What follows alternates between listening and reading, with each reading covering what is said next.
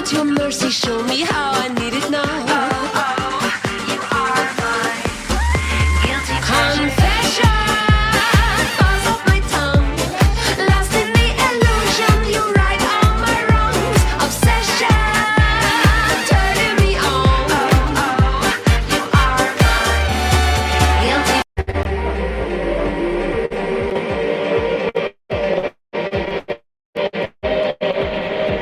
You are my.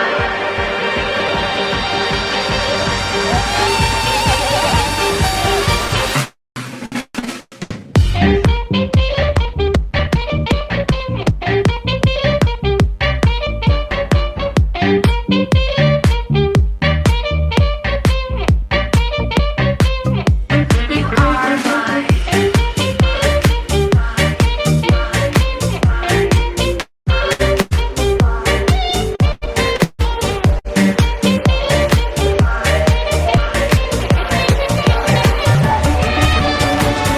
Are you a blessing or a curse? Delivered in reverse, why does it feel so good?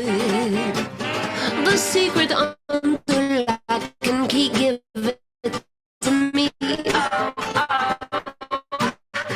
You are my guilty pleasure.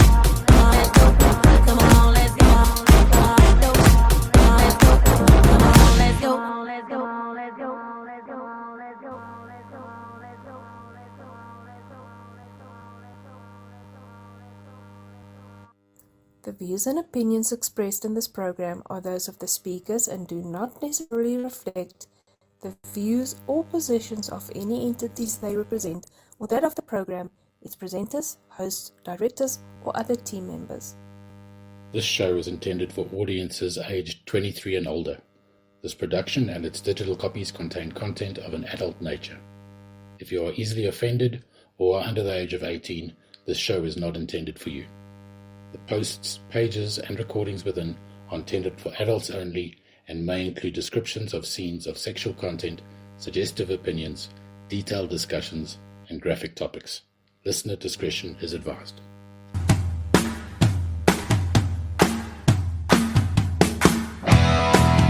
Passionate pollies and sultry swingers, it's time for Lola's Lifestyle Lectures on your favorite seduction station, Lust FM, for the lustful listeners. And there we have it. Good evening, lustfuls. Welcome to Lesson 5 in Semester 1 of the Ethical Non-Monogamous Relationship and Sex Guidance spin-off show from Lola's Lessons, Lola's Lifestyle Lectures. I'd like to start off by mentioning the endorsement site, the COF, Lola's favorite friends at the Council of Fantasy. I know you guys are getting sick of hearing me say it like that, but I love it. That makes my night, so deal with it. The Council of Fantasy is a lifestyle-orientated community. We know this. I mean, if it's the first time that you're joining in this evening and you haven't heard me say this before, you're going to get sick of me. The Council of Fantasy offers you a platform where you can go and explore your sexuality, go and explore sex positivity, go and explore how to enhance your intimate relationship. They offer education, they offer a community with support, love, and guidance.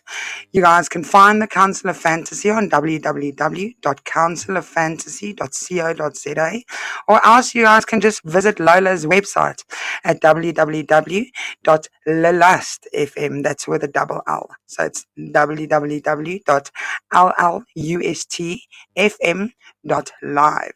Click on the WhatsApp link, come and join the community, or just go onto the website of the Council of Fantasy and come and create yourself a little profile there, right? Join the community, join in the fun, come and make some friends, and come and explore how to enhance your intimate relationship and how to explore your own sexual positivity and make yourself one of those sexual monsters, yes? Your Lola Blakely production moderators for this evening are Jaded Mal, she'll be moderating and doing your obscene disclaimer. Big Red, she'll be posting your welcoming messages to all the new live listeners, and she'll be doing general moderating. Mr. Zane, hello Mr. Zane, welcome. It's so nice to see you here every freaking night for every freaking episode. I mean, you must be so sick and tired of my voice by now. Anyway, Mr. Zane will be your conversation starter during the break and getting our listeners to ask some questions, and he'll be keeping the chat on the Podbean app up to topic. So for those of you who are listening on other platforms other than Podbean, I mean there is again 1,300 of you guys listening live. You guys need to go and download Podbean so that you guys can come and interact with us, right? Right. Mr. Black Dragon is our production manager for this evening, whilst Miss KB is co-hosting with Lola. He will be posting socials and updating the list of the mods for this evening. So if you guys see them in the chat, say hi. They're here to engage with our listeners. They're here to keep us safe during the airing. They're here to keep the space within sex positivity and within this.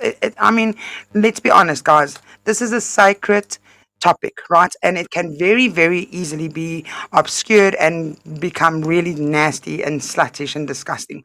We're not about that. We are all about creating a beautiful, positive experience on the whole Lola Blakely production vibes, right? So say hi to the moderators, and then let me get to my gorgeous, beautiful, bunny-ish co-host this evening, Miss KB. Hello, Miss Lola. How are you? Good evening, my love. How are you doing? I'm good, and you? Let's be honest, KB. When I see your face, am I not always smiling and good? Well, you nearly spanked my ass this evening when you saw what my hand looked like. Well, listen, KB. Okay, yes. Before we get to this evening's topic and this evening's episode, right? Let's just discuss the seriousness of this. Okay. How the actual fuck have you broken like 2 of your fingers right off? I mean, there's no fingers left. How did you manage this? By swimming. Okay. Also, how do you break your hand in a swimming pool? I didn't exactly break my fingers. I split my labia, Same. my finger open, and sprained my knuckles by swimming and not wearing goggles, and I swam into the wall of the pool. Listen, by the looks of it, right, they look bloody broken to me because I've never seen so much bandage in my life. She was showing off and showing us how fast you could swim, so that's what happened. Well, now you don't have a bunny tail this evening, Miss KB. You've got it. It almost looks like you've got a bunny tail on your hand. Do you know this? Do you realize? Yes, shake it for Lola. Let's see it. Let's see you shake it. Oh my gosh. This evening, lustful listeners, we are doing an episode called Dangerously Debourchrous, right? I mean, the lifestyle of swingers sounds very intriguing and it sounds very exciting, but it's not without risk. So Lola and KB are going to discover this evening the dangers of dabbling in this enticing debauchery called swinging relationship dynamics. What dangers can having loads of exciting consensual sex possibly have? Is the syntax really worth ignorantly indulging in something so dangerously debaucherous? Let's come and find out with our wonderful and esteemed guest this evening. And I say that our guest this evening has Lola quite excited, only because I hold him in high regard. Mr. Blue Viking. Mr. Blue Viking has over 15 years experience in the ethical non-monogamous lifestyle as a swinger. He's currently in a polyamorous relationship and he has always supported the lifestyle with passion. He was the co-owner of one of South Africa's most exclusive swingers clubs. I mean, it's still going up until today, not the club itself, but the whole enterprise is still going up until today. He was the co-owner of one of South Africa's most exclusive swingers clubs and helped shape a whole era of like-minded people into a new diverse community with a new and exclusive culture. He enjoys studying on his own terms and finds the human dynamics and interactions that make relationships sustainable within the lifestyle super fascinating. Through years of experience and understanding gained relating to both the positives and the negatives of this lifestyle, he has a clear understanding of the risks and the measures people need to take to manage them related to exploration within this relationship dynamic. Wow, that's a mouthful. Goodness gracious, I'm so glad I can read. He has recently started exploring the realms of BDSM and is learning how to incorporate this into his current ethical non-monogamous relationship dynamic. Mr. Blue Viking, it's an absolute honor. How are you doing? Nice to chat. Nice to be invited to the show, and thanks for inviting me. I mean, I've been nagging you since last season. That is true. You have. You There you go. have. You finally got through. Finally, thank goodness. Mr. Blue Viking, thank you so much for joining us this evening. I really appreciate your time. I appreciate you taking, time out of your schedule and out of your Saturday evening to come and share your knowledge and your learnings within the lifestyle with myself and KB and the rest of the lifestyle listeners. My pleasure, really. So, Mr. Blue Viking, tell us where did your experience and your enjoyment and passion for the lifestyle start? Where do you think that's started and kicked off? It was about 17 years ago. A friend of ours invited us to go to a particular party, a very, very upmarket club that was in existence at the time. And I went with my then girlfriend, and we had the most amazing time. It was probably one of the most exciting events that I've ever been to.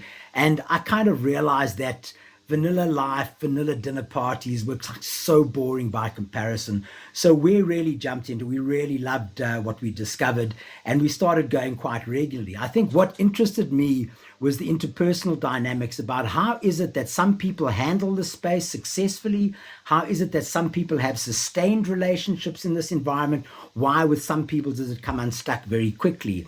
And we started kind of in our heads putting together a set of principles to guide you in this journey if you're going to enter the space. And that's what I can share with you tonight. What are the risks and how do you manage the risks associated with participating in this environment? Sorry, I'm having a little bit of technical difficulties. I don't know if it's the internet streaming on our side or on your side, because our guests and as well as KB is joining us remotely this evening. Okay, there we go. It seems to have stabilized. You sped up there. It sounded like you were Speedy Gonzalez, but it's not you. It's the internet speed. Sorry You want me about to that. repeat myself then? No, we got everything. That's perfectly fine. I just wanted to make Oh, sure that okay. we're stable before we go on. So this is quite exciting for us. And look, I've got a couple of questions myself, and I've got a couple of topics that I think need to be discussed when it comes to managing your risk, as your introduction says, when it comes to exploring the lifestyle. But before I get all voor op die wa, let me go to KB. I'm Miss Lola. I've been traveling along this little bit of journey a bit myself, so I'm actually interested to hear what questions you have to start with, because we've got some questions here that our lovely guest has set up for himself as well. He did some homework for you. Wow, how's that? I mean, also that's a real academic, right? It's somebody that actually sits and prepares for something where they're going to put their name on, right? I mean, that's like Lola does that too. I never come in unprepared. So I went and I researched a little bit, and I've got a pretty good idea of what I myself and personally would consider to be dangers within exploring ethical non-monogamous relationships, right? And I mean, obviously, you get your obvious, that you would immediately think of your relationship dangers, ruining your relationships, ruining your marriage if you're married, ruining the trust within your partnership. So I'm not going to touch on those things because that's pretty self-explanatory. And I mean, if you can't figure that out for yourself, then you shouldn't be swinging in the first place, right? If you can't think of the most basic dangers when it comes to exploring this, then you've got no business trying to be a swinger. I want to talk about something that's a little bit more in depth, right? I want to go into the sexual health part of being a swinger. I want to go into the alcohol and the drugs that you can possibly be exposed to. I want to go into personal safety, into what swinging does to your mental health, and the failure of swinging does to your mental health. What does it do? Obviously to your relationships, but not your intimate relationship, because that should be self-explanatory. But what does it do to your family and career relationships? What does it do to your reputation? And what other repercussions does it have? Because people don't think of that. I mean, if you're in a corporate career and you're climbing that corporate ladder and you're doing super good for yourself, okay, and your colleagues find out that you are a swinger, guaranteed they're going to be thinking less of you, and your seat at the boardroom table isn't going to be as cozy anymore. Everybody's going to look at you like you're a debaucherous person and you've got no business here. Yeah, that's true. I mean, I think one's got to be very careful about reputation management. And I think one of the primary mechanisms you use in that regard is firstly, you've got to operate under an alias. You cannot use your own name, and you cannot tell people where you work, the location of the company or the name of the company. You can give them a vague idea of the type of industry that you're in, but that's as far as it goes. You never disclose which company, what sort of a position you're in, what your actual name is, and it's actually considered impolite for people to probe into those details. So you've got to operate in a manner that people cannot track you down. They cannot type something into the internet and see where your name pops up, because then if anything goes wrong down the line, and somebody wants to get vindictive, they've got a bit of leverage on you. Of course. The And we other all know thing, humans can be assholes. well, just say, for example, you're in a situation swinging, and some guy's wife or partner decides that she's quite attracted to you or whatever, and she's maybe a bit drunk and conducts herself a bit inappropriately. The individual can develop a bit of a vindictive disposition. And the last thing you want to do is have that person have at his disposal information he can use to your prejudice. So you've got to be cautious. The guys that I know who have survived in this space, they have their alias names, or they only ever use their Christian names, and nobody knows where it is that they work. There's a guy that comes to some of our parties. I mean, he's a great chap. He works in the financial services sector. That's as far as he says he goes. I can clearly see that he's quite high up, but he says no more about himself. And everybody I know is pretty much untraceable. You don't know exactly where it is that they work, and it's the safest and it's the only way to play it. I mean, another thing that I think applies in the lifestyle is it's absolutely imperative that people realize whatever goes on in the lifestyle stays in the lifestyle. You may never, particularly to somebody's career, make any disclosure about anybody that in any way prejudices their career.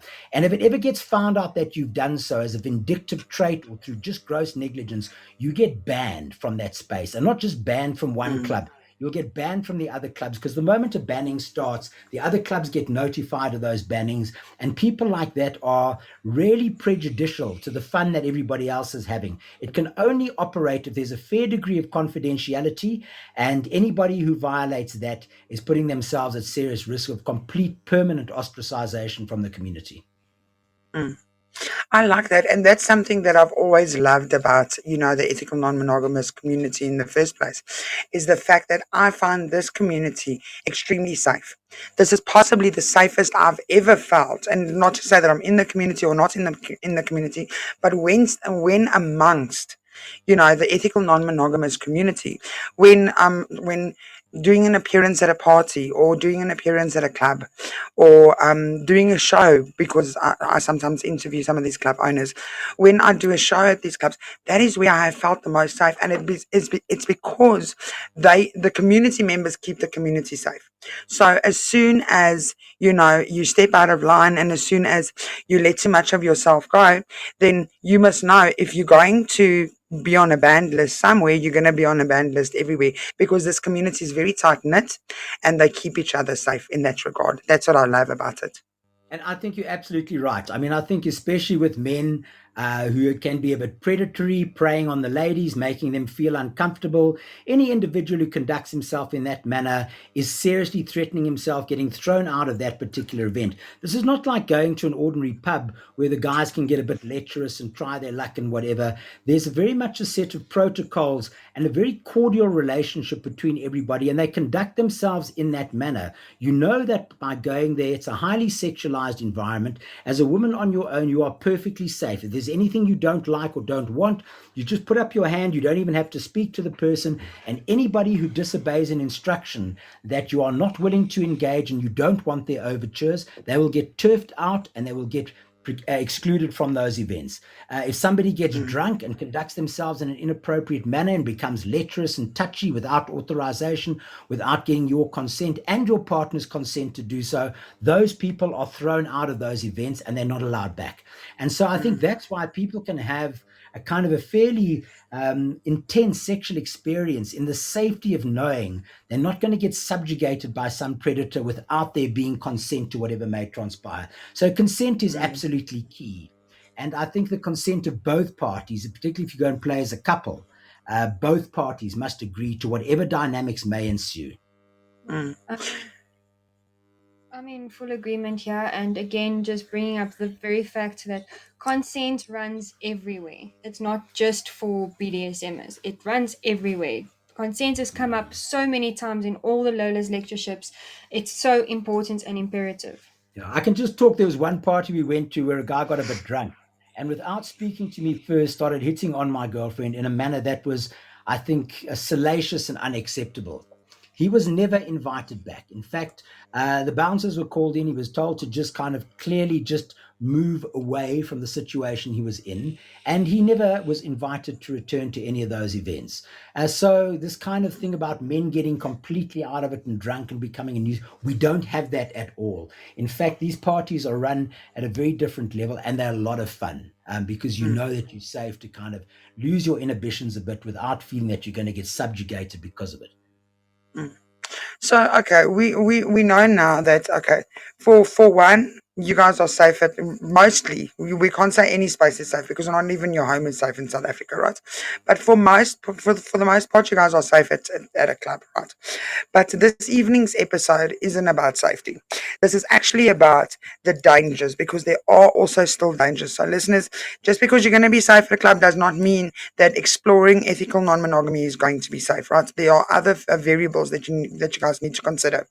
So the point of this was to make is to say that if you are going to be acting out and if you are going to be misbehaving, you must know you are going to get banned from all of the clubs and through all of the communities, all of the websites, all of the WhatsApp groups. You're going to be kicked off and you won't ever be allowed in again. So within that aspect, okay, we know that we need to we need to conduct ourselves properly. We also know that we need to use pseudonyms because people like that tend to, especially when they've now been excluded from a community that they really wanted to be a part of, they can get vindictive, right? And they can want revenge, and they can go out of their way to make your life a living hell. This is why we don't disclose any personal information. This is what it all comes down to. Am I right, Mr. Viking? No, you're absolutely right. And I must say, it is very, very, very seldom that anything like that happens. I mean, I've hardly come across any incidents where people have been so brazen as to try and out people who are in the lifestyle. There was one event about 5 years ago, and I think that was taken care of. But it's very rare. And I mean, even if you've had an intense, intimate relationship with a girlfriend and it ends, the one rule is she must never betray your career interests in any way, and you will never betray hers. It doesn't matter how bad the relationship was or how bad it ended. That is the one absolute cardinal rule. And so I think, what you're pointing there to is the first risk, I think, of engaging in this space is what we call the career risk. And people are very often put up from going to events because they're concerned, well, they might meet somebody from work, they might bump into somebody that they know, they worry about the implications for their career. And the reality is that is actually far, far less of a risk than people would imagine. I mean, in the times that I've been going, and it's over, on and off over about 17 years, literally, I think I bumped into one person that I knew from work in my entire time. And I was at a party and I was standing there and this girl came up behind me and said, "Hi, what are you doing here?" And that was about the extent of it. And we've been friends since. I think what people tend to do if they see somebody from work is get a bit of a panic. They try and run away or hide away, or, you know what I mean? I don't think that's the right approach. I think you've just got to go up to them and approach them and say, "Hi, lovely to see you here. I'm glad you guys, we all share a common interest." You don't have to play with them, but I think it's best to just engage with them, give them the assurance that whatever happens in this place is completely confidential and that you assure them of absolute complete confidentiality. And sometimes as a courtesy, you can say to them, would you be more comfortable if we weren't here? Or you can maybe just agree to play in a different section of the club or whatever to avoid them. But the main thing is don't make people feel uncomfortable, and don't make them feel that, oh, you've run away and now they're petrified, you might say something behind their backs. Walk up to them, engage, have a chat. You're both there for the same reason, and give them the assurances that you're not in any way a threat to their careers at all. And then ask them, please, to kindly do the same. I mean, you don't want people just mentioning to others, eh? Absolutely. Discretion is key, right? Ms. KB? Absolutely. Yeah. It's a cardinal rule, and I think if you bump into anybody from work, you respect that cardinal rule. I mean, I've had parties in our club where we've had one of our executives popping in on a fairly regular basis, and we don't engage in great chats, but we perfectly respect each other, and neither of us will ever say anything to anybody else because both of our careers could be materially prejudiced. I might just add on that. I mean, one must bear in mind that the companies do not have any right to discipline you in the workplace for conduct which takes place out of a working environment. So whatever Yes, goes on correct. in your Yes. private life is technically none of their business. The only time it becomes difficult if they say, "Oh, well, you're bringing the company into disrepute, you're in a leadership position, other people don't want to work with you." It's those kind of relationship dynamics can get a bit complicated. But technically, the fact that you've gone to a swingers party is absolutely none of their business. It's not a company-related event. Just if you are in a very senior position, they can sometimes say, well, you're bringing the organization into a bit of disrepute. And I think what a lot of people in that level of employment do is try and kind of have probably smaller house parties or select events which cater to a very much more upmarket constituency, like our group used to do. Yeah. Yeah. So in essence, we just need to be very cognizant of the people that are possibly very vindictive. And I mean, people are assholes. We can't not say that. People will be assholes. If you've hurt them, pushed them far enough, they're going to be an asshole. Protect your own identity, protect your own future within your career, your lifestyle, what you need, and what you want to achieve for yourself. I can just mention, I mean, I had one very bad breakup a while ago. And, the ethical thing about it, neither she nor I have ever said anything to anybody in our career space that could be in any way prejudicial. Doesn't matter how bad the vibe was, we have honored that between ourselves. And I think that's a mark of ethics. You don't do that. That's the lowest thing you can do in the lifestyle community is somehow try and prejudice somebody's career. It's completely unacceptable. I absolutely agree with that, and I have to add, and this is something that's been weighing on my heart heavily because that is one of the core fundamentals of the whole Lola Blakely Productions, right? Is to get society, our new societal culture, comfortable with the fact that we are sexual beings and sex is okay and sex is not disgusting and it's not something that you need to hide from. Everybody's doing it. Everybody's done it. Everybody's going to do it. It's part of our nature. It's normal. It's natural.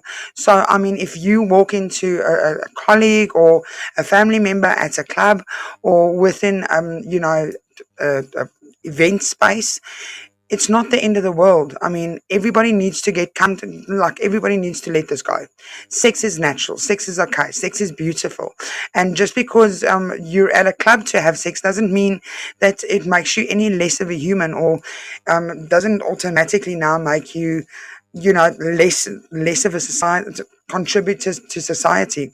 The fact is just you are positive within your relationship and positive within your sexuality, and there's nothing wrong with that. More people need to take up that view when it comes to being comfortable with your sexuality. And it's an awful lot of fun, hey, I must say. I mean, those parties are wonderful. I mean, I think some of the best times of my life I've had at those events.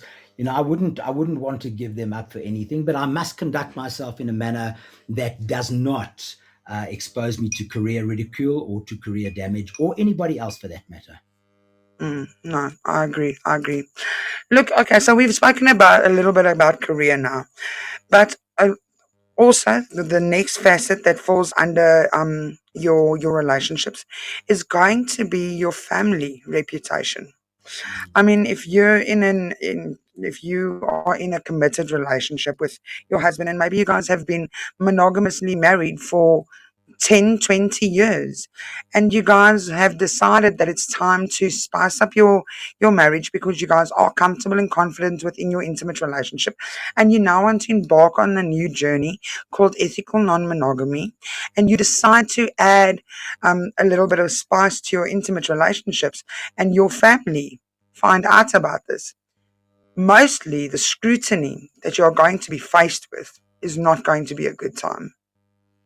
No, I agree with you. I mean, I think as an adult, you generally there are children around. It's absolutely imperative that you set the right role model. So, For me, the primary imperative is that your family must not know. Your vanilla friends, in other words, your non-lifestyle friends, must not know of any of your involvement in the community. You must keep it as confidential as possible from them. There's no need to raise it. They won't understand it if you do. They don't get it. They operate on a different wavelength, and they will start to think negatively of you. They'll think that you are potentially a risk to the welfare of your children, even though whatever you do happens completely confidentially and with and no way in the presence of your kids at all. You never mention this to your children. It's just kind of, you keep it very much to yourself. People will disapprove if you don't, and it's not worth it. So you've got to have a very strict barrier about what you say.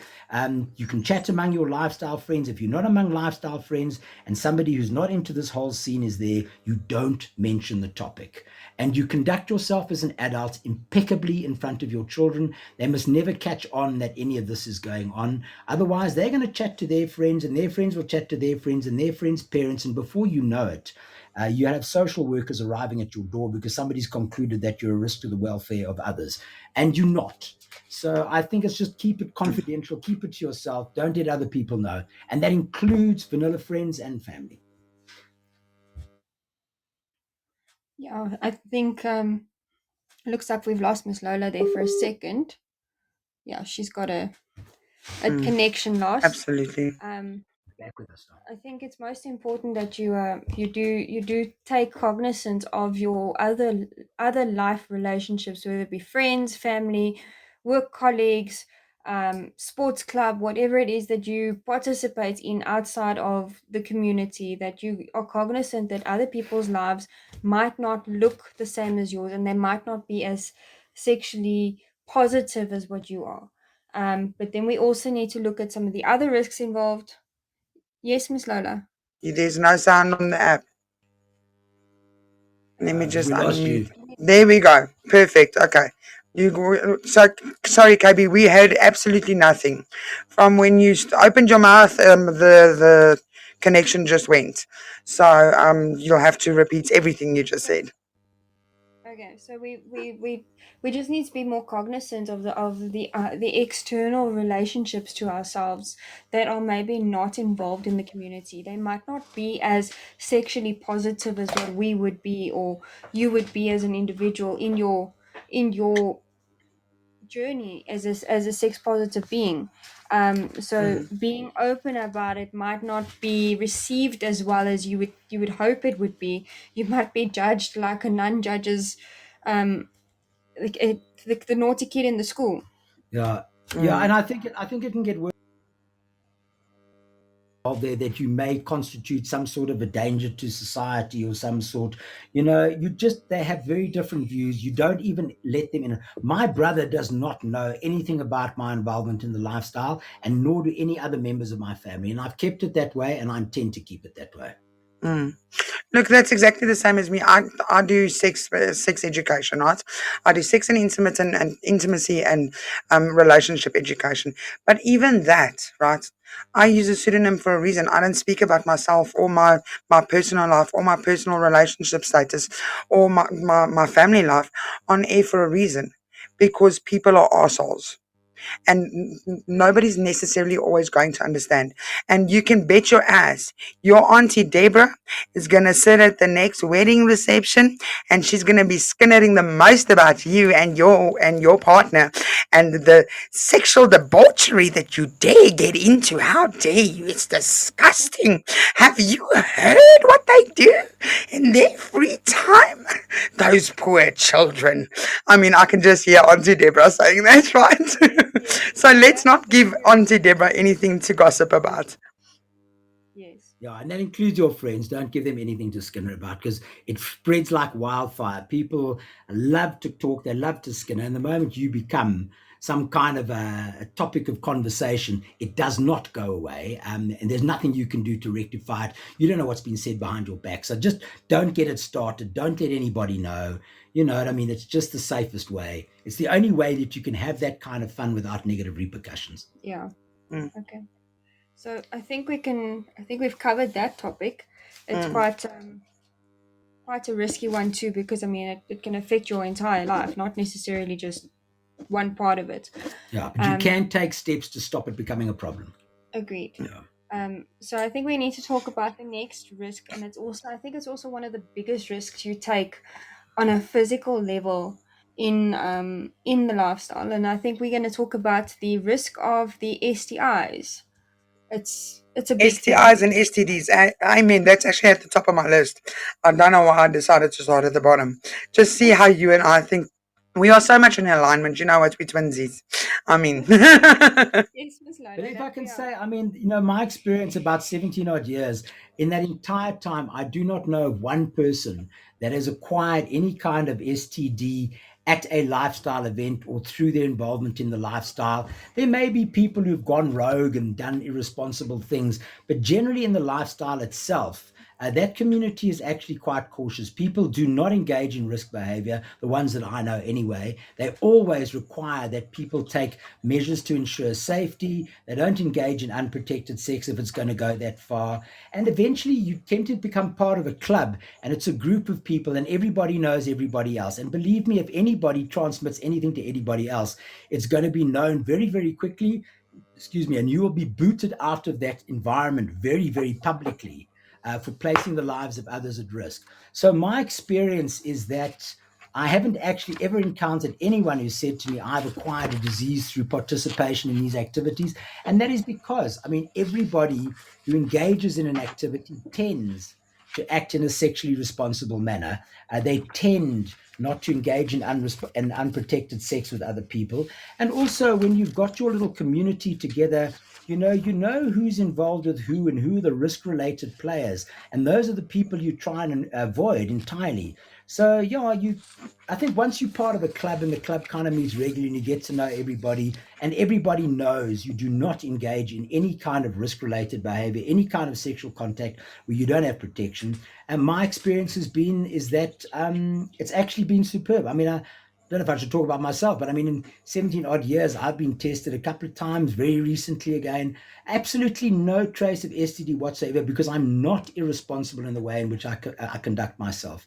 I don't get drunk and try and behave like an imbecile. And for that reason, I think I've been very careful about managing my own sexual circumstances, and I ensure that if I'm getting involved with a partner, particularly where it's a kind of a relatively monogamous relationship, which will have play implications with it.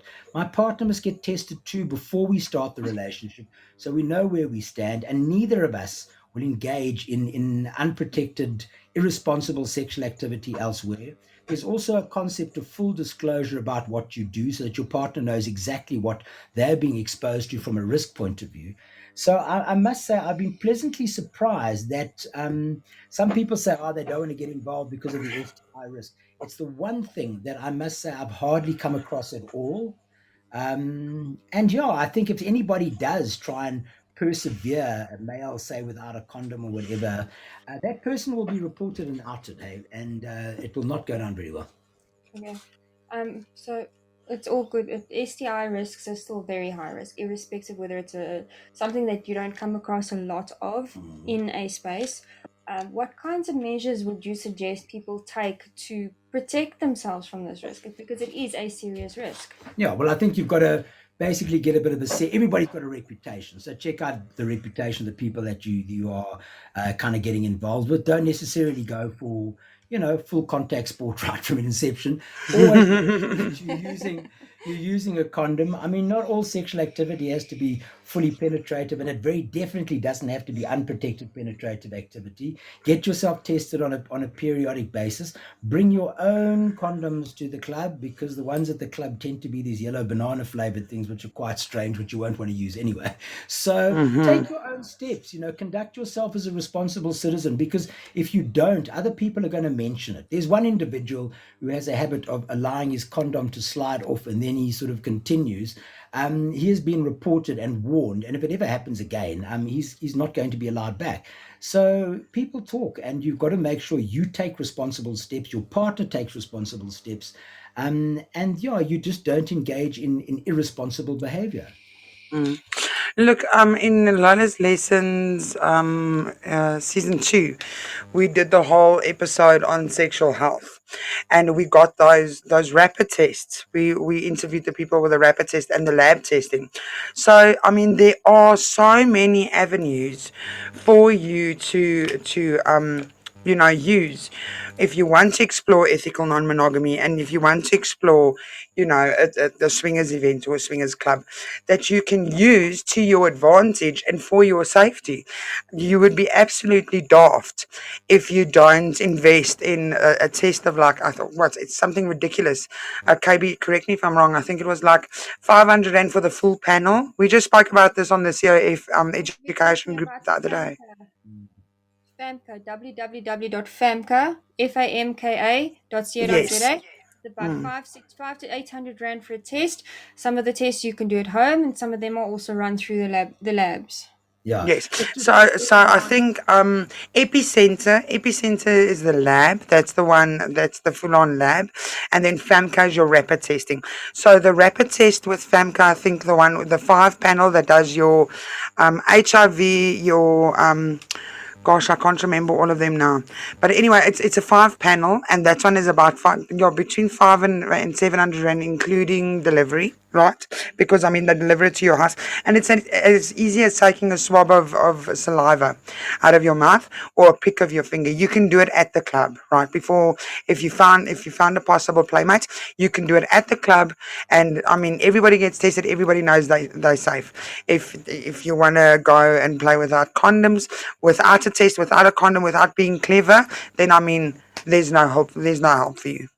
Can I just mention? I mean, the only thing about those home tests is that there is approximately a 10% inaccuracy rate, false negatives, which has got to be cognizant. So it's 90% there, but also there's an incubation period for certain ailments, and you don't know what has happened in the last sort of 6 weeks in respect of a certain individual. So you've got to be cognizant of that. I think if you're going to develop a sort of a more regular relationship with a couple, or with the third or whatever's going to join you, you've got to then maybe start getting into proper testing before you start moving away from the conventional protections of condom use. And I think it's almost like an absolutely mandatory. Even if you've been tested 10 times, you still do not expose the other partner or yourself or your own partner to risk by wavering that particular requirement. Absolutely. Actually, I didn't even think of that. It would be great doing the rapid testing at the clubs, but like you said, we don't always necessarily think of the incubation period and the fact that there is a chance for a false negative. Miss KB?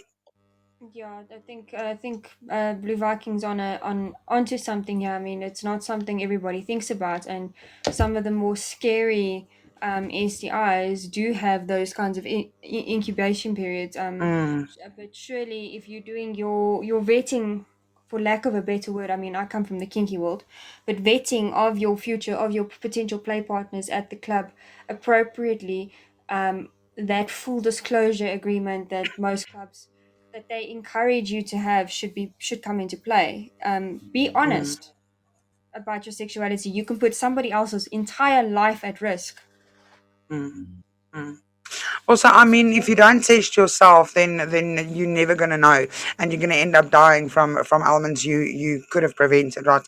So don't be stupid. Go and get tested. But also, if you have been tested and you have proven to be positive, also don't be a dick and go and play at a club, right? Because that's playing with other people's lives. And if I'm not mistaken, I remember a while ago, well, a couple of years ago. Correct me if I'm wrong, but there was actually it's almost like against the law if you have, like, say for instance HIV, and you knowingly and willingly participate in sexual intercourse with a partner without divulging that information, and I mean that partner contracts it.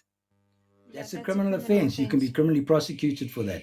That is a very, Yes. very serious transgression. And I mean, knowing that it's a fatal disease, it can be murder. I mean, if you've transmitted a fatal disease to somebody consciously and intentionally, well, then under those circumstances, you've intended to bring about the death of that individual. You don't mess with things like that at all. And I mean, but I think also people, are tempted to come to events, say, oh, I don't know, it looks like it could be a real disease breeding sort of environment. It isn't. I mean, we haven't encountered that at all. We haven't encountered people complaining about STIs. Everybody's responsible. It's just part of the culture. And as long as but I suppose, I've tended to hang out in the more sort of upmarket clubs. I'm sure the same applies in the other ones as well. It's just part of the rules, part of how things are done. And anybody who doesn't want to do it that way must be ostracized. Absolutely. KB, is there anything you want to add before we go to commercial break, my baby?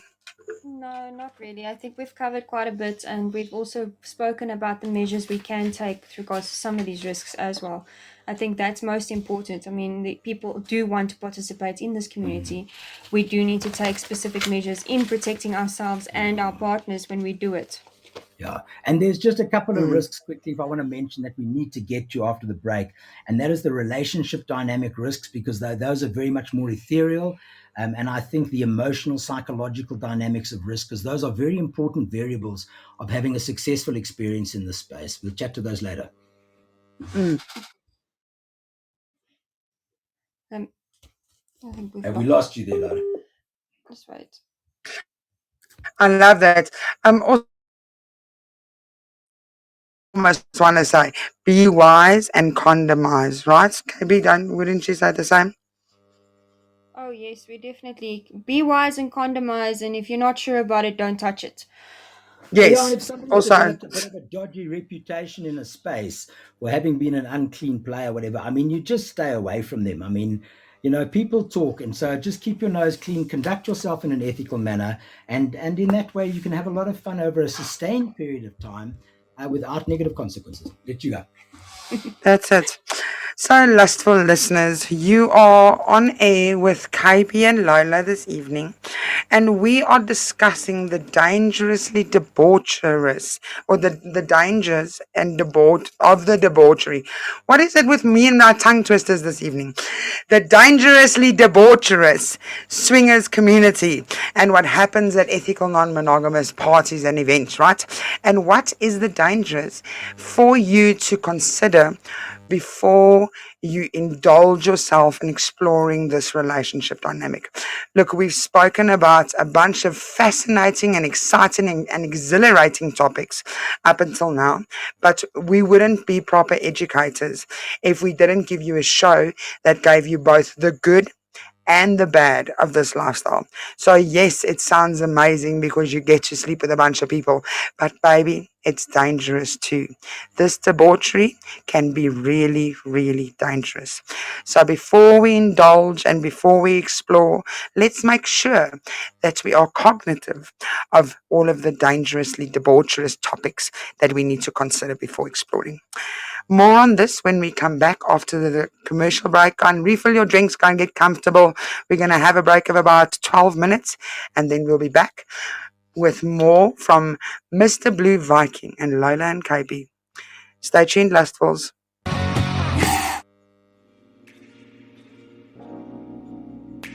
Sometimes we're looking for the more, but we just don't know what the more is. And then we come to play with me.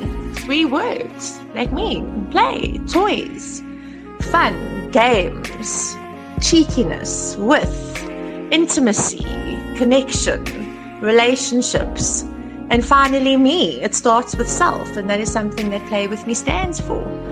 Play With Me is a place where you have an experience of all of those things. One complete cycle.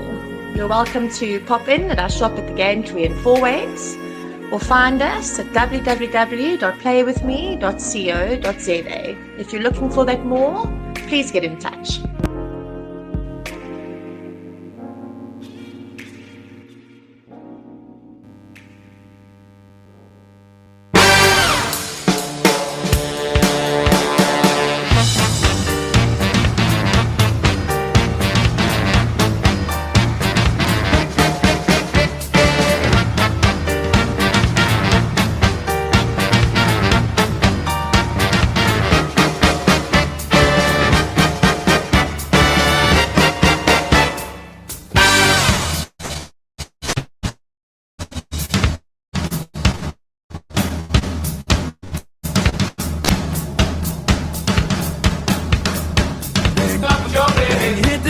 You wanna be jumping jack. Jump on in, jump, jump in. Like a wild train, roll right off your track.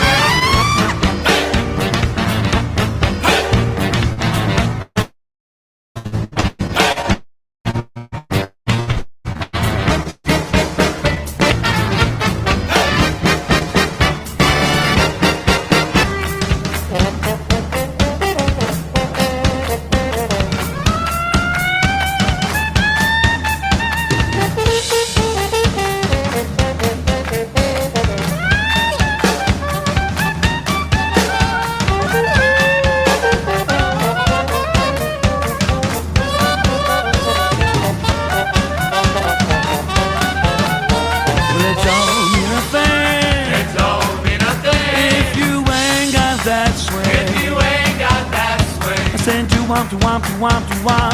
Do-wop, do-wop, do-wop, do-wop. I said do-wop, do-wop, do-wop, do-wop. Do-wop, do-wop, do-wop, do-wop. I said skid it on did, don't skid on bim bang.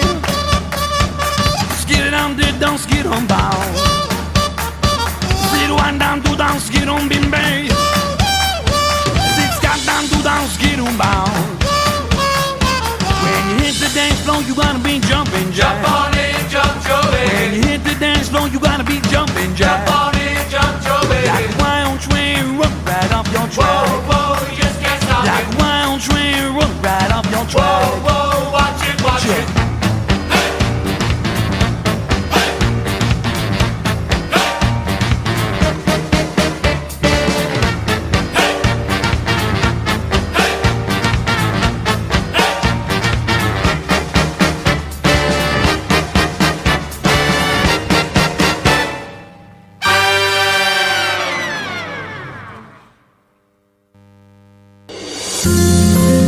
Do something different this Valentine's month.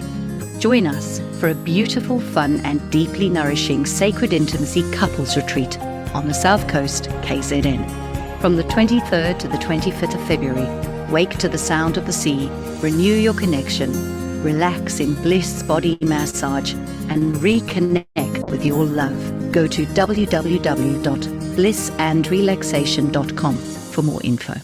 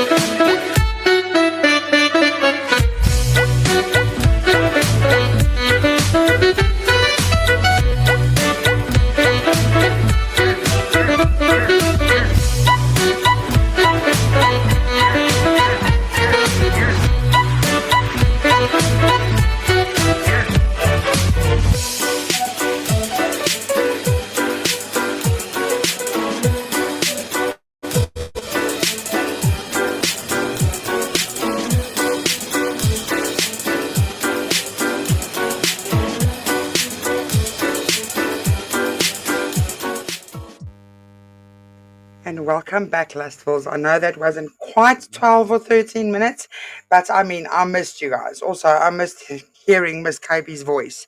So I decided to cut the music and get back to the kinky fuckery, right? I mean, Miss KB, you look so gorgeous this evening. Also, madam, I don't know how you expect me to bloody concentrate now. Yes? Yes. I'm sorry, Let me Miss not get Lola. into it. I really apologize, Miss Lola, but have you experienced this freaking heat wave that we are going through right now? Listen, I'm okay. sure you can tell the listeners what you're seeing, but I mean, Miss KB, no, let's not be obscene, because that's one of the rules. We're not going to be obscene this evening.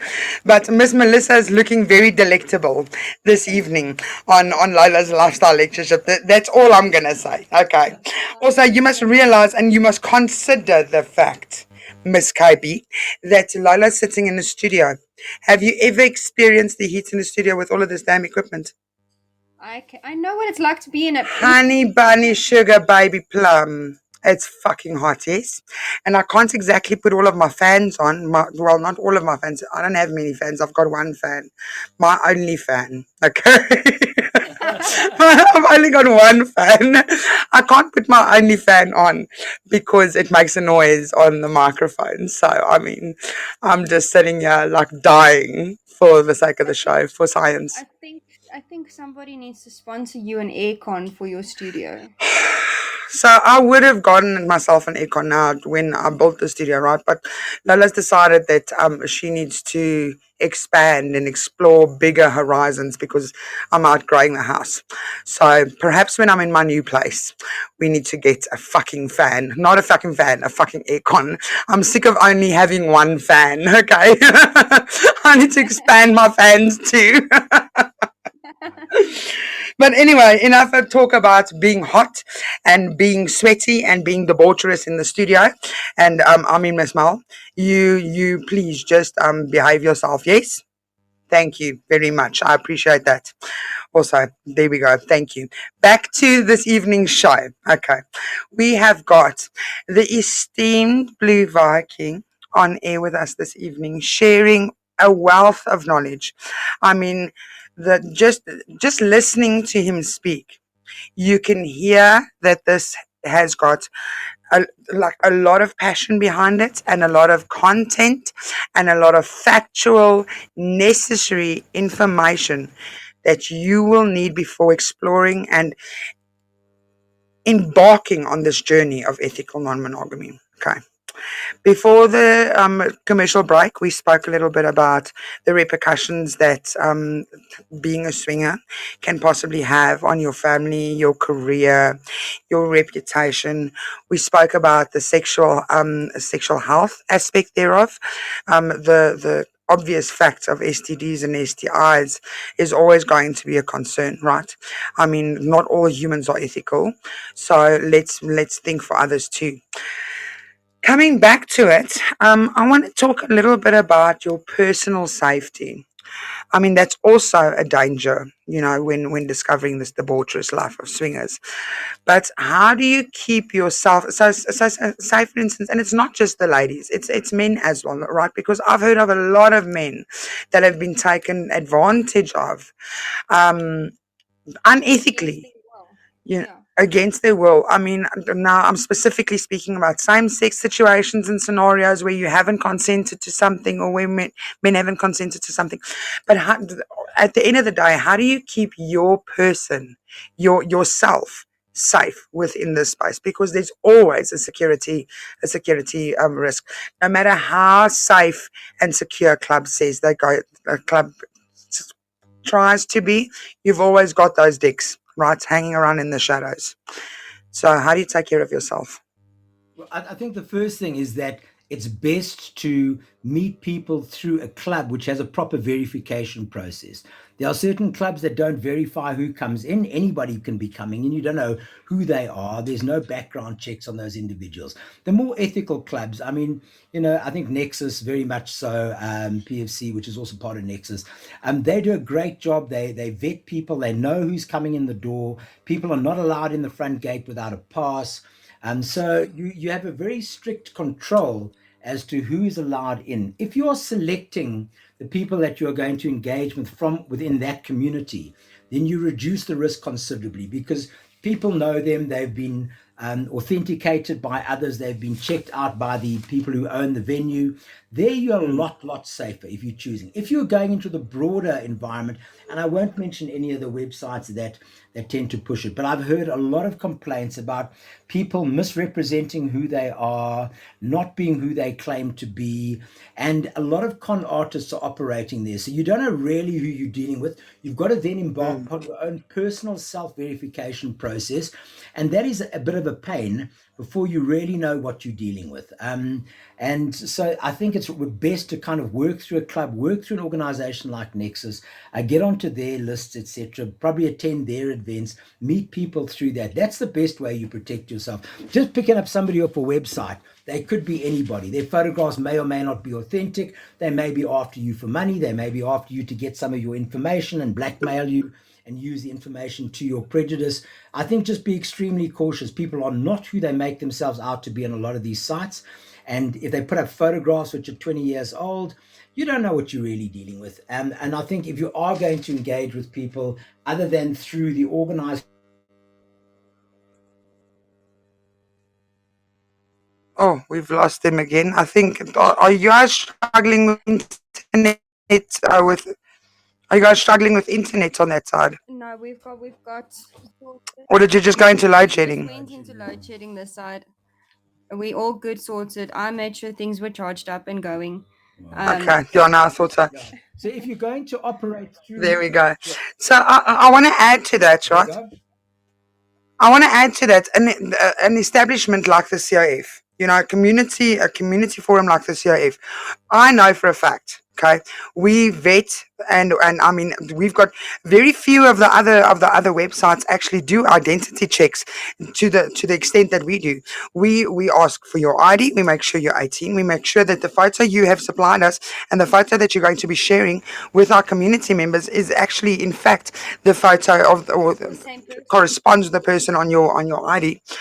We make sure that we keep the community safe, sane and consensual. So there are establishments out there. I mean, I don't know anybody else that does as much effort as we do. Let me just add. But yes, there are. Aside from clubs, there are websites where you can safely meet people. But at the end of the websites, it's not always safe. I mean, the websites, people put up adverts, they represent themselves to be somebody. They may be that person, they may not be. You don't actually know. And I think you've got to engage in a much more thorough personal vetting process with somebody if you just meet them off a website. I've heard horrible stories about Tinder. So just be careful about using those particular channels and be a lot more cautious. Yeah. Over and above using the sites and the community platforms and WhatsApp groups to vet individuals that you go into a club. Again, we on Lola's lectureships, lifestyle lectureships, we speak highly of Nexus because the Nexus teams actually are very proactive. What happens in the event of, yes, I'm at a club, yes, I'm partying, yes, I'm having fun, and some random jackass decides he's going to come and touch my ass, and I'm not comfortable with that. Yeah, well, I think at Nexus, I mean, you've got people you reported to. Not necessarily at Nexus. Well, just as taken as a good example, because I think that's where probably one of the really top clubs operating at the moment, without prejudice to anybody else. But I mean, there's immediately somebody you can report that to. You go straight directly to that person. At the BDSM clubs, I think it's a lot stricter. You've got people who are DMs, moderators, etc. If there's any problem, you lodge a complaint immediately with somebody responsible for it, and they will take decisive action on the spot. Sometimes if it doesn't want decisive action on the spot, they might do an investigation and down the line make a ruling or a calling as to what is the appropriate penalty for those people. But those are clubs that are highly organized. I think if you're meeting somebody sort of in a restaurant somewhere in a dodgy area on the other side of Malvern, just exercise common sense and cautious. Don't go there as a woman on your own or as a male on your own. Just make sure that you go with people and don't be scared to ask information. Who are you, etc., etc., etc. So you can conduct. And the moment that person starts prevaricating about giving you any information about themselves, then under those circumstances, I think it's a red flag. You just bail out and just... move away. There's a lot of fish in the sea. I mean, there's a lot of fish in the sea. Move on and move up and keep yourself safe. Yes. Never go. Yeah, that's a very good point. Never go alone. Absolutely never go alone, because for all intents and purposes, you're meeting a complete fucking stranger. This person could be a complete psychopath. Why would you be stupid enough to expose yourself and be as vulnerable as you are on your own in a place that you are unfamiliar with, surroundings that you are unfamiliar with, and go and sit down with a person that you are unfamiliar with? You are putting yourself at risk. So just practice common sense. And what I've seen Kinky Bunny do in the past that's worked very well is say, meet us at a club. Come to the club because we've got full security there. We've got a bunch of people there that'll protect us. If you're too scared to come to a club, what are you hiding? Why do you not want to provide information that is necessary for us to ascertain who you are? So, I think Absolutely. that's the best way of doing it. Also, like you said, there's nothing wrong with asking questions. Who are you? Where do you do? Where do you reside? You know? And making sure that the person that's sending you the photos is actually the person sending you the photos. There's very stupid and simple tests that you can do. You can ask the person to send you a photo of their face, but holding a certain amount of fingers up. It's going to be difficult just going to Google search an image like that. So you can't necessarily steal somebody else's image and portray that as your own. And let's not underestimate the number of scammers that are operating with somewhere like Tinder. I don't want to put the organization down, but I mean, I think that there are credible people there, but there are also people who are using it for scam purposes. And friends of mine that have been active on Tinder have on a number of occasions been approached by people whose sole objective is to try and get money out of them in some way or another. So one's got to be very realistic to the risks that there's a lot of desperate people. There's a lot of criminals. If you want to participate in this space, do it ethically through a proper organization that has been properly set up and vetted. In the same breath, there are actually quite a few organizations that do not condone solicitation of any kind. Nexus being one of them, the COF being another one. There's actually quite a few organizations that I would say are properly vetting their members and are properly controlling that solicitation right. Yeah, I mean, a friend of mine, she was on Tinder the other day. I mean, got taken for a massive ride by some individual, conned her out of money. Just be very aware. I mean, there's a lot of dodgy individuals out there. I mean, also that was going to be my next point is solicitation. Solicitation is really, really, really very prevalent in today's society. I mean, you get it everywhere, especially when you're going to embark on something, a journey any journey that has sexual orientation. You must know you're going to be exposing yourself to some form of solicitation. So just best keep yourself out of trouble and practice like intelligent meetings. So don't be stupid. I mean, we're not in high school here. We've got brains. We all adults. Think for yourself. Be safe. The next aspect that I wanted to touch on is look, I know because within the previous episode, I said I used to be a big jeweler back in the day, right? I used to go to club upon club upon club because I used to dance at them, not as a stripper or as like an entertainer, but as like a festival dancer. And the amount of alcohol and drugs that you get exposed to on a daily basis is absolutely insane when it comes to discos and raves and dance clubs, right? We don't have that much of this lifestyle within the ethical non-monogamous community. However, that's within a club environment, right?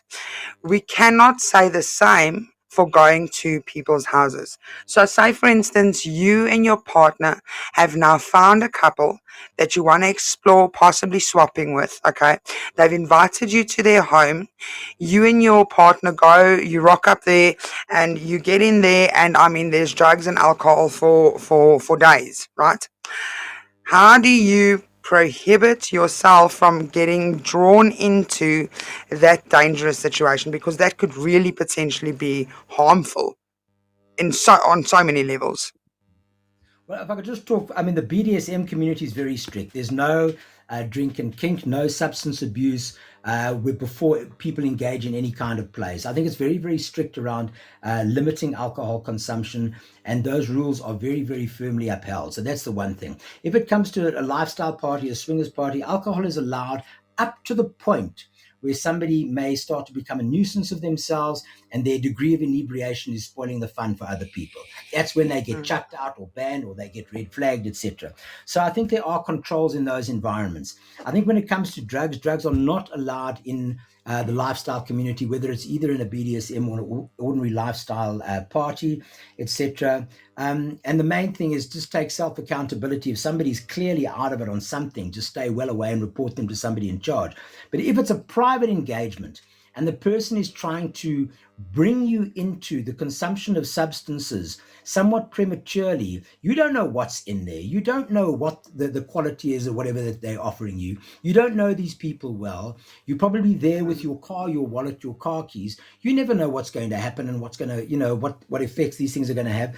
You've got to decline, I think, initially and say, I'm sorry, but this isn't what we signed up for. We didn't come here to get plastered out of our heads with a bunch of people we don't know and find anything may have go down. I mean, you could get raped under the influence of some of these substances. Your partner can get taken advantage of if they incapacitate you. Just be very cautious about who you deal with. I mean, I think a lot of people that I know in the lifestyle community, they'll drink.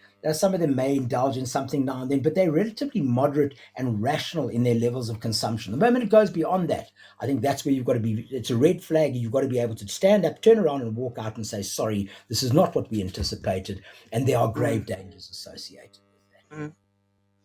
I think for me, the concern that I have for anybody that's exploring for the first time, right, is wanting something so bad.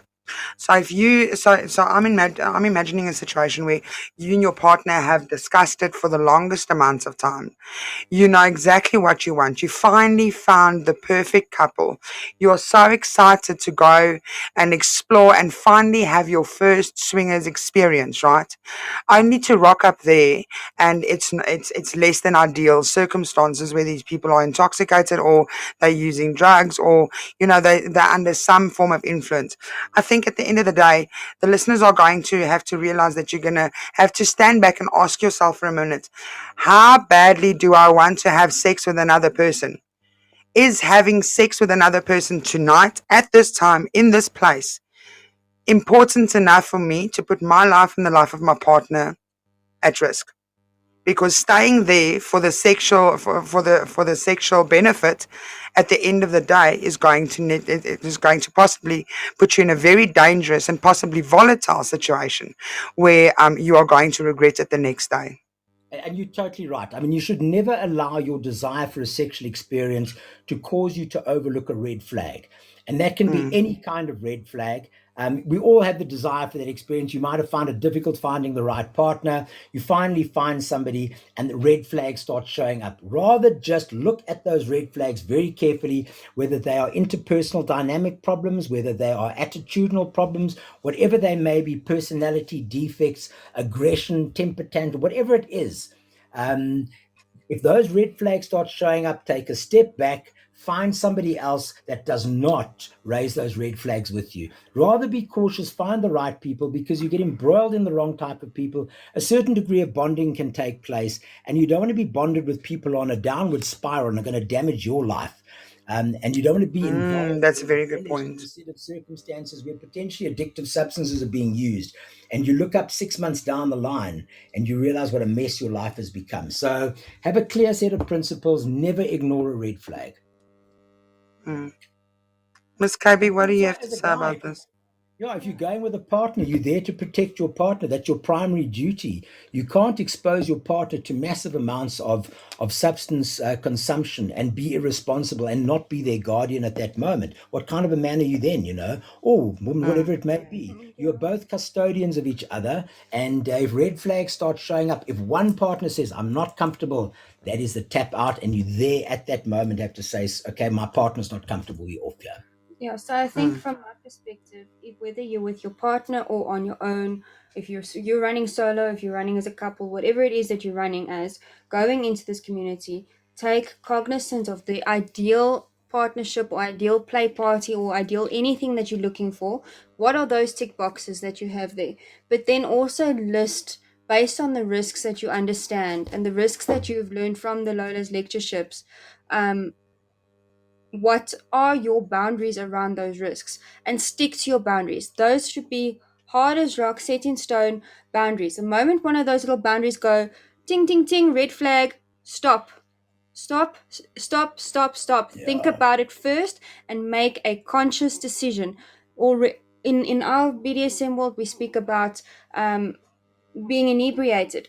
Are you going to would you have normally consented to this if you were not drunk, if you were not this, if you were not that?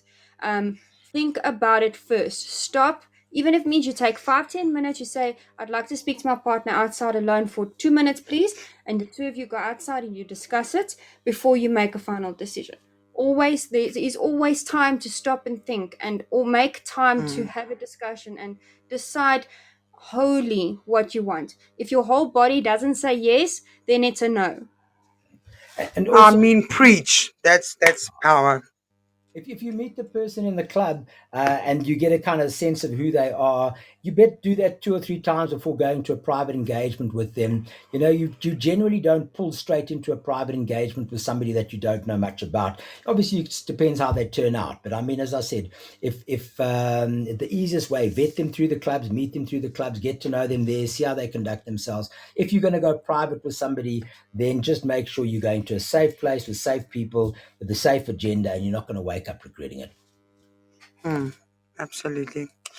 So, lustful listeners, this evening you are listening to Dangerously Debourchrous on Lola's Lifestyle Lectureship with Lola and Miss KB, and our wonderfully esteemed guest this evening, Mr. Blue Viking. Mr. Blue Viking has over 15 years experience in the ethical non-monogamous lifestyle as a swinger. He's currently in a poly relationship and has always supported the lifestyle with passion. He was the co-owner of one of South Africa's most exclusive swingers clubs and helped shape a whole era of like-minded people into a new diverse community with a new and exclusive culture. He enjoys studying on his own terms, and he finds the human dynamics and interactions that make relationships sustainable within this lifestyle fascinating. Through years of experience and understanding gained relating to both positive and negative of the lifestyle, he has a clear understanding of the risk and the measures that people need to take to manage them related to exploring within this relationship dynamic. Mr. Blue Viking is joining myself and KB this evening for this segment on Dangerously Debourchrous. During the first half of this lectureship show, from episode 1 up until episode 4, we've told you how beautiful this lifestyle can be. But babies, it's not all just Månskine and Sonneröse, right? There are going to be negatives with all positives in life. It's the yin and yang effect. With everything beautiful comes something dark and dangerous. We are here to show you what these dangers are and tell you so that you are mindful and just clever about it. Like some of these things should be, it should be common knowledge, but some people just don't have common knowledge. So we are here to teach it to you. The next aspect and the final aspect that I quickly want to touch on before we end this episode, tonight's episode, is the mental health aspect and the adverse effects that having a negative experience as a swinger and having something bad happen to you and your partner possibly when exploring ethical non-monogamy can have on your personal mental well-being. What happens to your personal mental health when your swinging experience goes south? It doesn't work out. Your family finds out. Your boss finds out. I mean, your career and your reputation is absolutely ruined.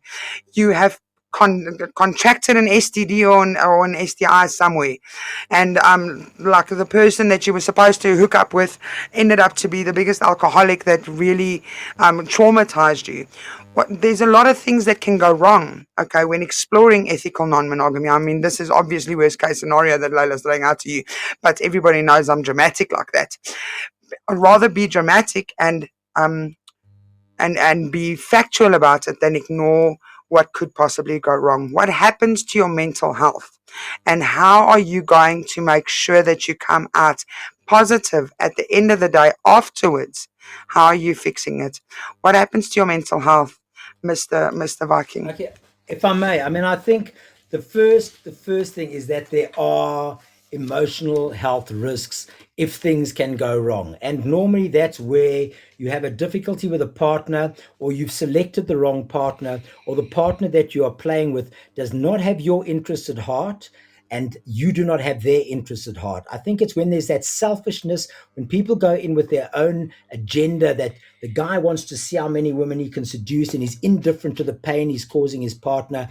That is not the right person to swing with. If you go in as a guy and you have a partner and her agenda is, something that does not show deep consideration for your emotional welfare, you have chosen the wrong partner. Do not persevere, as I did on one previous occasion, with that partner, hoping things are going to get better. They're not. If somebody is committed to you, they have genuine empathy, they care for your feelings, that's somebody you can play with. Because if things start getting a bit astray, then you can just tap out with that person or signal to them, like, actually, hang back a bit there. This is starting to hurt my feelings. You might think that you can handle certain things, and you find out when they materialize, they can't.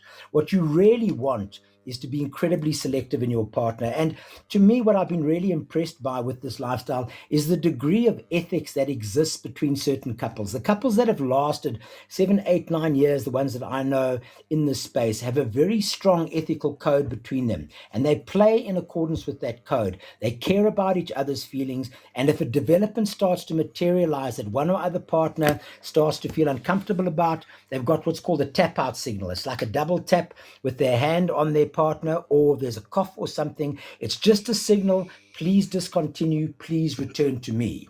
If your partner does not do that, and your partner is so fixated on their own indulgence, well, then they're going to traumatize you. They're going to repudiate you during the course of that experience, and you can feel completely emotionally devastated. So, as a lot of the really competent couples in the space say, we have a very solid relationship. We play from a very solid relationship, and you've got to make sure you have that in place.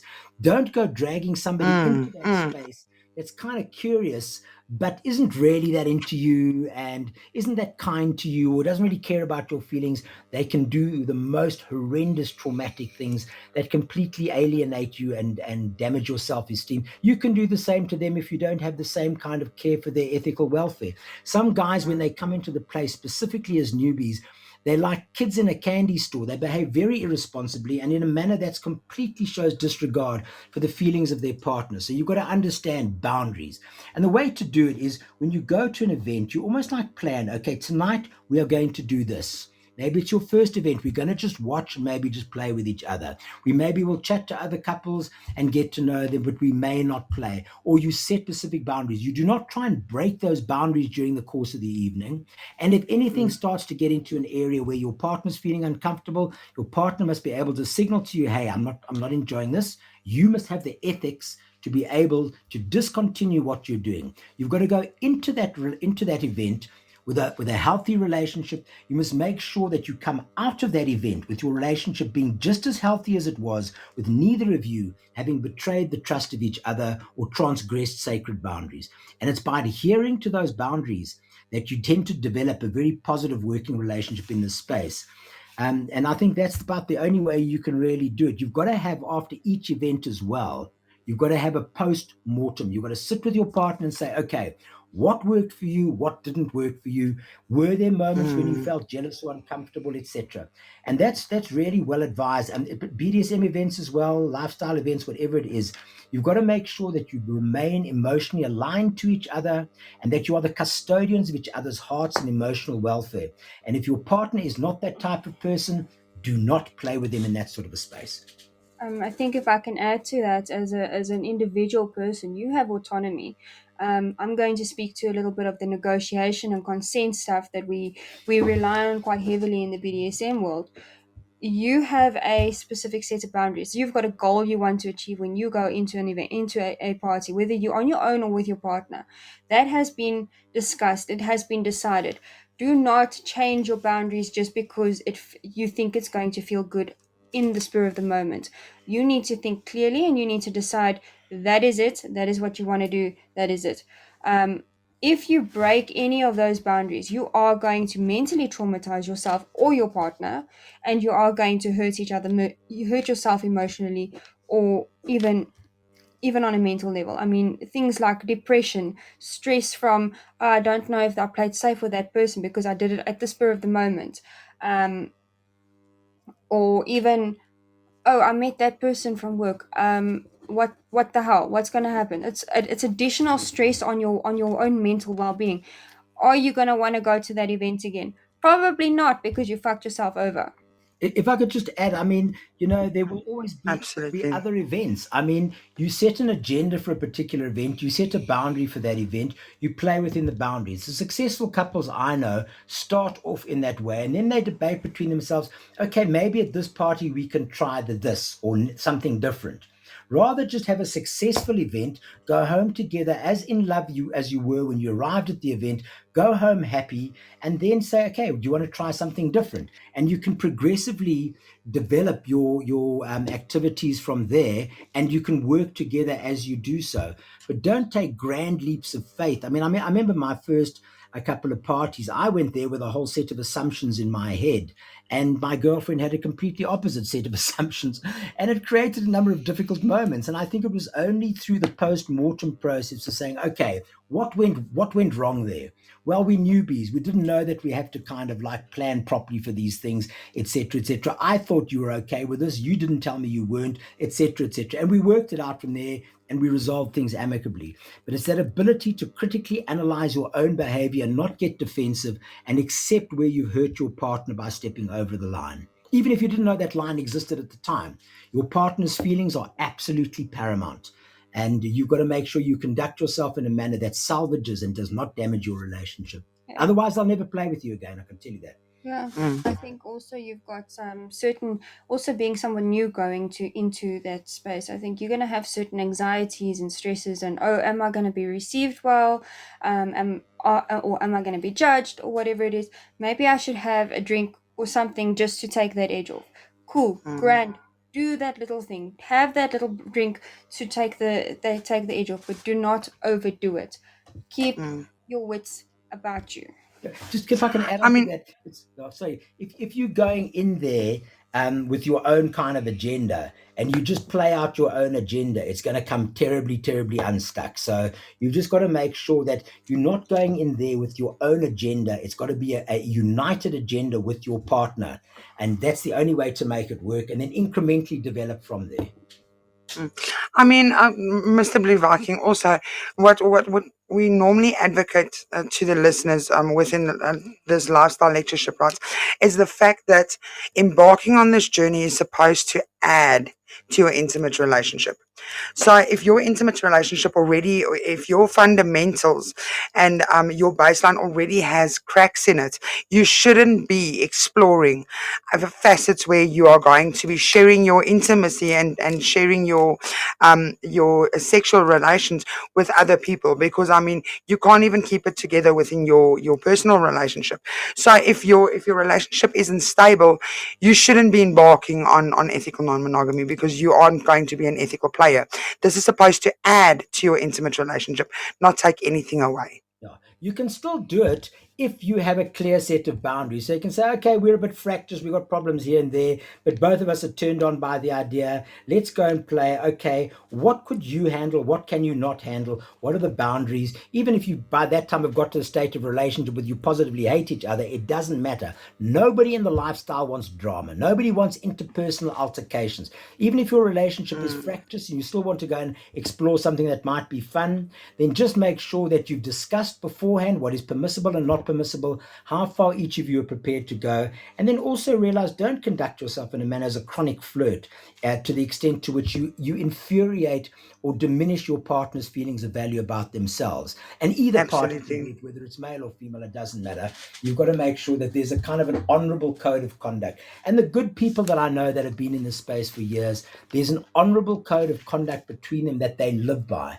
And they are still married, and they're still happy, and they still play. And they're the ones that have fascinated me. How have they been able to stick this out for so many years without somebody standing on somebody's toes? And they've got this kind of little code of conduct between them where they prioritize their relationship.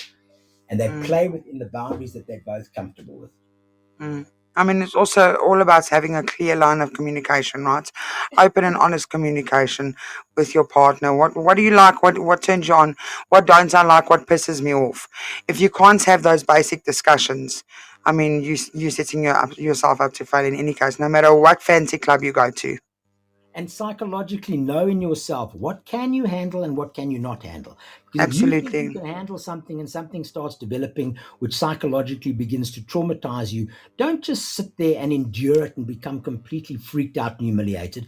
You must have an agreement that there's like a tap out signal or a tap out call or a cough or something that can end that traumatic experience before it becomes really severe. I mean, I've had occasions where you sort of swoon into a moment, you become completely enveloped in it. It's a beautiful experience, and your consciousness and awareness of your partner starts to diminish a little bit. You don't know whether you're hurting them or not because you kind of lost yourself in the moment. Just be cognizant Mm, that your partner's part of this whole experience, and their happiness is as important as yours all the time.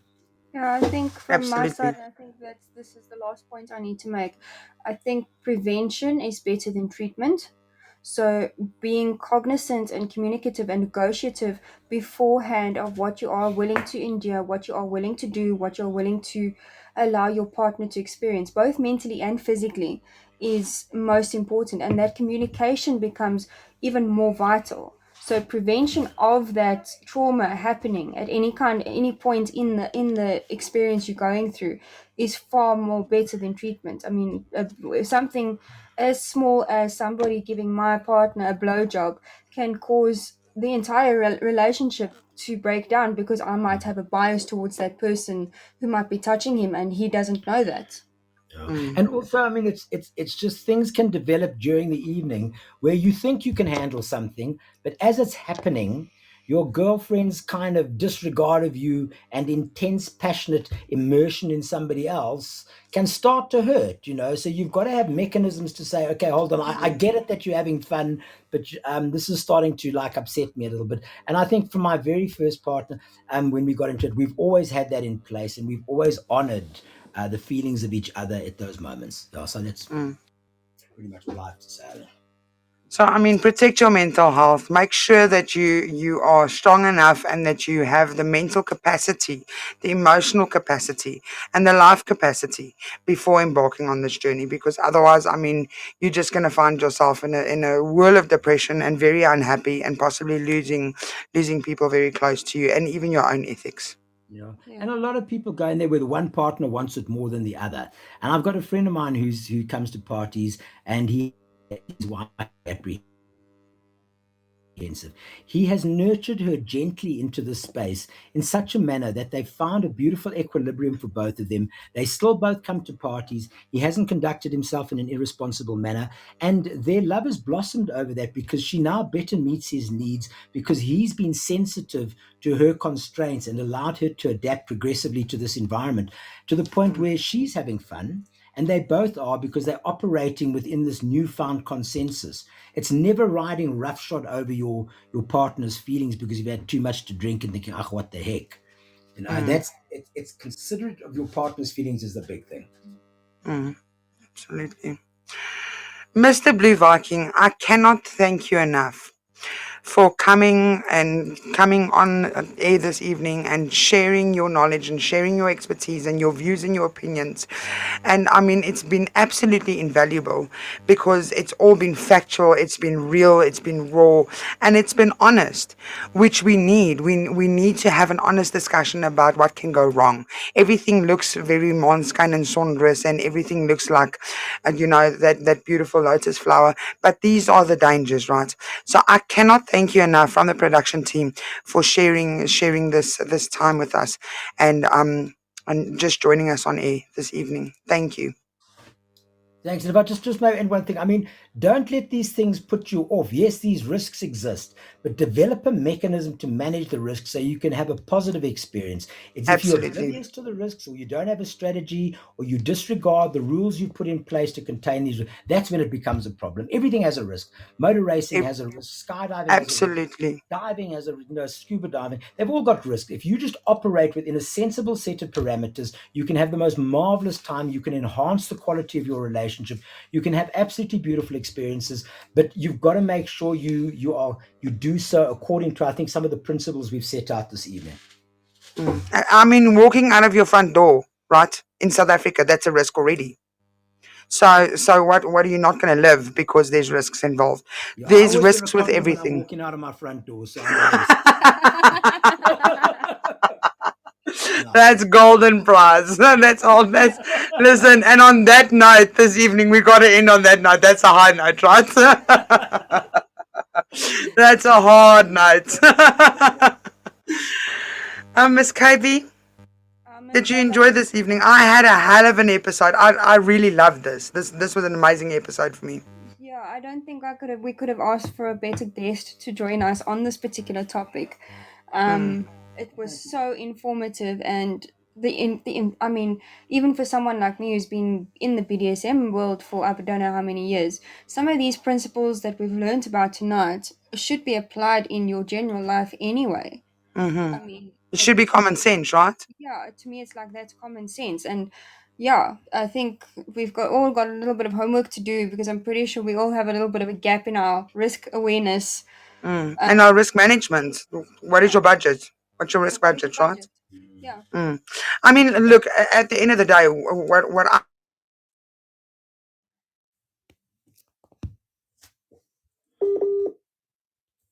I loved about this episode, Viking has not only negotiated around the dangers, but he's given soluble, obvious, and factual solutions for people to use to prohibit these dangers and prohibiting yourself from putting yourself in these dangerous situations. So you can explore this realm of ethical non-monogamy safely, be aware of the dangers, and be cognitive of how you are going to bridge them. So that's what it's all about for me. I loved it. Listen, Lustfuls, it's about that time again. This evening has been an extraordinarily informative show, right? We couldn't have asked for better. I hope you guys had your notepads out. If you didn't, you guys can catch a rerun of this episode on lelustfn.podbean.com, or else you guys can catch it on Lola's website. That is www.lelustfm.live. Catch the rerun there if you guys joined us only in the halfway through the episode, or at the end of it. You guys can go and listen to the rerun. All of the previous episodes are available for listen to. What can you guys look forward to this coming week in the Lola Blakely production series? On Kinky Classes Wednesday night, we are doing Tough Ties Rope 101. I mean, last week we gave y'all a live spanking. Miss Kitten bent forward and exposed her bum, and she got it absolutely sparkling, because it was spanks and sparkling. Spanks and sparkles. This week we are doing Tough Ties Rope 101. What is it to tie your partner with a rope? What does a rigger mean? And what is a bloody bunny? Not a kinky bunny, but a bunny. Right? Kinky bunny comes from that reference, eh? I know Miss Rigger, I know Miss Bunny, I know this. I know this very, very well. I know you very, very well, Miss KB. Also, I'm just letting the listeners know they should actually see Miss KB in rope. Goodness gracious. Never mind. Okay, before I go off topic and lose all of my confusion again, you see I'm saying confusion instead of my train of thought. You see what you do to me, Miss KB. So that would be 9 o'clock Wednesday evening, Tough Ties Rope 101 on Kinky Classes with Lola and Miss Kitten. Then on Friday evening, with the goddess of pleasure, Miss Carmen Ellie, come and join us as we do an episode on electrifying ecstasy. We are adding electricity to your intimate relationships, and we are going to give you guys orgasms galore. Lola Montez is joining us on air.